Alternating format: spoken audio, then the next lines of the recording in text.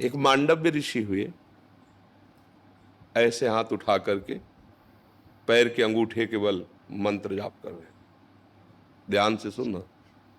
कुछ चोर लोग राजा के खजाने में सेंध लगा दी। और अगर बचाव पक्ष जोर का होता है तो फिर चोर पक्ष भी जोर का होता है। अगर नए नए क्रम बचाने के निकलते हैं तो नए नए उनकी सोच उसमें चोरी करने की निकलती है। तो चोरी करके निकल ही रहती कि सैनिकों को पता चल गया, उनका पीछा किया। अब वो भागे, तो भाग करके देखा ऋषि का आश्रम अगर इसमें छुप जाते हैं तो हमारा बचाव पक्ष हो जाएगा। चले गए अंदर, लताएं झोपड़ी सब वहीं अपने स्वर्ण आदि जो चोरी की थी वहीं रख के चुपचाप बैठ गए। उनको पक्का लगा कि इसी आश्रम में गए होंगे, क्योंकि आगे गए नहीं। तो आश्रम में गए, दाहिने पैर के अंगूठे के बल हाथ उठा के मंत्राकार वृत्ति, उनको कुछ पता ही नहीं। गए तो माल सहित चोर मिल गए। तो उनको लगा कि ये आश्रम में इसलिए आए, हमें लगता है इस महात्मा का ये सब नाटक है और ये इन चोरों का साथी है और ये चोरी करवाता है। बुद्धि बदली। बुरी दशा जब आनी होती है ना तो पहले बुद्धि बदली जाती है। तो वैसे ही टांग ले गए उनको। ये भगवान श्री कृष्ण द्वैपायन व्यास देव जी के द्वारा महाभारत में लिखी कथा है। उठा ले गए, वैसे ध्यानस्थ वो समाधि में। 8-10 ऐसे सामने चोर, पीछे महात्मा जी। राजा को प्रमाण सहित जब वस्तु सहित चोर मिल गए तो उन्होंने ये नहीं देखा कि महात्मा भी है। उन्होंने आदेश कर दिया इनको सूली की सजा। उस समय जैसे फांसी की सजा होती ऐसे सूली की सजा।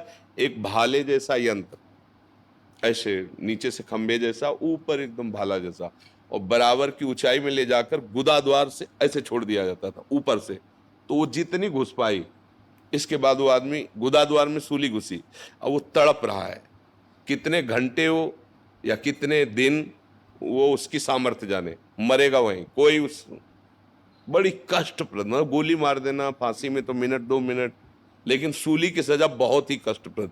अब गुदा द्वार में इतनी घुसी है और वो रक्तस्राव हो रहा, धीरे धीरे वो मरेगा।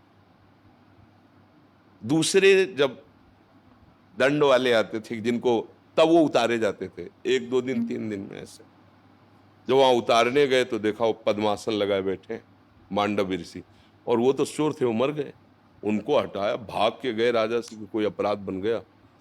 वो तो कोई सच्चे महात्मा थे जिनको हम पकड़। बोले महात्मा को क्यों पकड़ के लाए?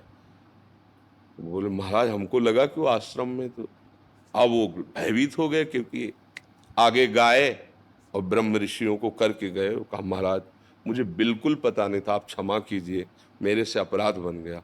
उनका नहीं, बस ये हटाओ, सूली से मुझे उतरवाओ, मैं तुम्हें दंड नहीं दूंगा, मैं सीधे धर्मराज को दंड दूंगा, उतारू तो मुझे। लाख उपाय किया गया, वो शूली उनके गुदा द्वार से हटी ही नहीं, काट दिया गया। सीधे अंतर ध्यान में धर्मराज के पास पहुंचे और उन्होंने कहा मुझे बचपन से याद है कि मैंने कोई अपराध नहीं किया, फिर मुझे ये सजा क्यों मिली? लोहा अंदर ठसा हुआ, उसे काट दिया गया, निकला ही नहीं। मैं तुम्हें अभी दंड देता हूं, क्योंकि तपस्या के धनी थे। तो धर्मराज इनका रुको रुको रुको रुको। तो जैसे अपने नहीं कि टीवी चैनल लगा दे तो दिखाई देता है, ऐसे कहा देखो आप अपने। तो 8 वर्ष के थे, एक तितली को उठाया, और बम्बूल का कांटा होता है ना, बार बार उसके गुदा द्वार में ऐसे खिलवाड़ में, बच्चे थे, ऐसे करके छोड़ दिया। बोले उसका फल है ये कि सूली निकाली नहीं गई, अंदर धसी हुई है, क्योंकि कांटा निकाला नहीं था। तो आप अपने योग बल से सह गए, नहीं तो जैसे तितली मर गई थी वैसे तुम्हें मर। एक तितली के गुदा में कांटा डालने से, ये महर्षि हैं इतने सामर्थ्यशाली कि सीधे जहां अन्याय होता है वहीं पहुंच गए धर्मराज के पास। तो बोलो इतने बड़े ऋषि का कर्म, उनको दंड दिया ना, तो हमारे तुम्हारे कितने कर्म है? ये मुर्गा, ये पशु पक्षियों को जो काट काट के खा रहे हो, जो विनोद कर रहे हो, मजाक मजाक में उनको कष्ट दे रहे हो, दुख दे रहे हो, और कितने पाप हैं? एक पाप है कितने? अब आपको मान सकते हैं कि इस जीवन में आपने कोई पाप नहीं किया, ऐसा आप कह सकते हैं, लेकिन बिना हमारे पाप के हमें कोई दंड नहीं दे सकता। हमारे पूर्व के, हम शरीर बदलते चले जाएं, हमारा पोस्ट बदलता चला जाए, तो क्या पीछे जो गलती करे हैं वो हम पे लागू नहीं होगा क्या? मान लो आप पहले एक छोटे पद में थे, फिर बड़े पद में आ गए, लेकिन जब छोटे पद में किए हुए अपराध का दस्तावेज खुलेगा तो बड़े पद में होते हुए आपके ऊपर कानून लागू हो जाएगा और आपको जेल जाना पड़ेगा, आपको दंड भोगना पड़ेगा। ऐसे ही पूरा सिस्टम भागवतिक है। तो कोई न कोई हमारा ही कर्म हमको कष्ट देता है। अब संभाल लो, नाम जप करो, कोई भी ऐसा आचरण मत करो। दूसरे को अगर दुख दोगे तो तुम चाहे जितने समर्थ बन लो, वो दुख इतना बलवान हो के आएगा कि ऐसी जगह तुम्हें रौंदेगा कि कोई सहायक नहीं मिलेगा। पक्का कोई सहायक नहीं मिलेगा। अगर आप दूसरों को सुख दोगे, नाम जप करोगे, माना थोड़ा गरीबी से जी लोगे, तो भगवान मिल जाएंगे, आनंदित हो जाओगे, सुखी हो जाओगे। अब ये बात सबकी समझ में नहीं आती। ऐसी हत्याएं करते हैं, जिंदा पशु को टांग दिया, नीचे से आग लगा रहे हैं। अब आप गाड़ी खरीद के लाए और रफ्तार से दौड़ा रहे हैं और लग गई आग, लाख है शीशा, अंदर भुन गए। ये है मालिक का हिसाब। ये वही है जिसने डंडे में बांध के आग के नीचे भूंजा था, उसने उसी के कमाए हुए धन से उसी में आग लगा के उसको भूंज दिया। वो निर्णायक झूठा नहीं है, वो निर्णायक बड़ा दयालु है। हमारे द्वारा जो कर्म होते हैं, अवश्य में भोक्तव्यम कृतम कर्म शुभाशुभम। इसीलिए हम सबसे हाथ जोड़ के कहते हैं, मत खाओ मांस भैया, मत खाओ। काहे को जीव के स्वाद के लिए दूसरे को कष्ट दे रहे हो, और जब परिणाम आएगा तब। ये शराब पीना, मांस खाना, व्यभिचार करना, गंदे आचरण करना, ये तुम्हें कभी सुखी नहीं कर सकते हैं। जो हुआ उसको हमें मिटाना पड़ेगा। हमने लिखा है तो हम ही को मिटाना पड़ेगा, हमारे ही तो कर्म है।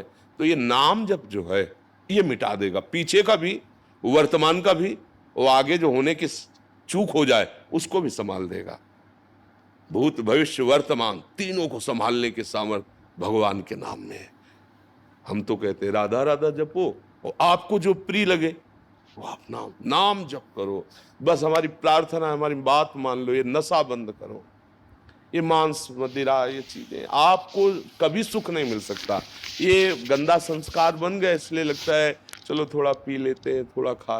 भैया आप सच्ची समझो, आप अपनी बुद्धि को गिराते चले जा रहे हो। जो गिर रहा है उसे पता नहीं चल रहा है, जो उठा हुआ देख रहा है कि गिर रहा है उसे पता चल रहा है। जैसे अंधा आदमी है ना, वो जा रहा है जिस मार्ग में, आगे वो दलदल में फंस जाएगा, वो लाख चिल्लाए तो उसकी समझ में नहीं आएगा।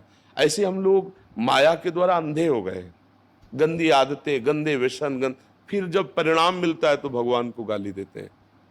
आज हम धर्म से चल रहे हैं, लेकिन कल हमने पाप किया है, फिर लोग कहते हैं देखो धर्मात्मा हो, कितना दुखी है। अरे भाई बोया है तो काटेगा ना, आज जो बोया है वो अगली फसल है, आएगी। तो इसलिए नाम जप करो, अच्छे से चलो। दीपक गौतम जी।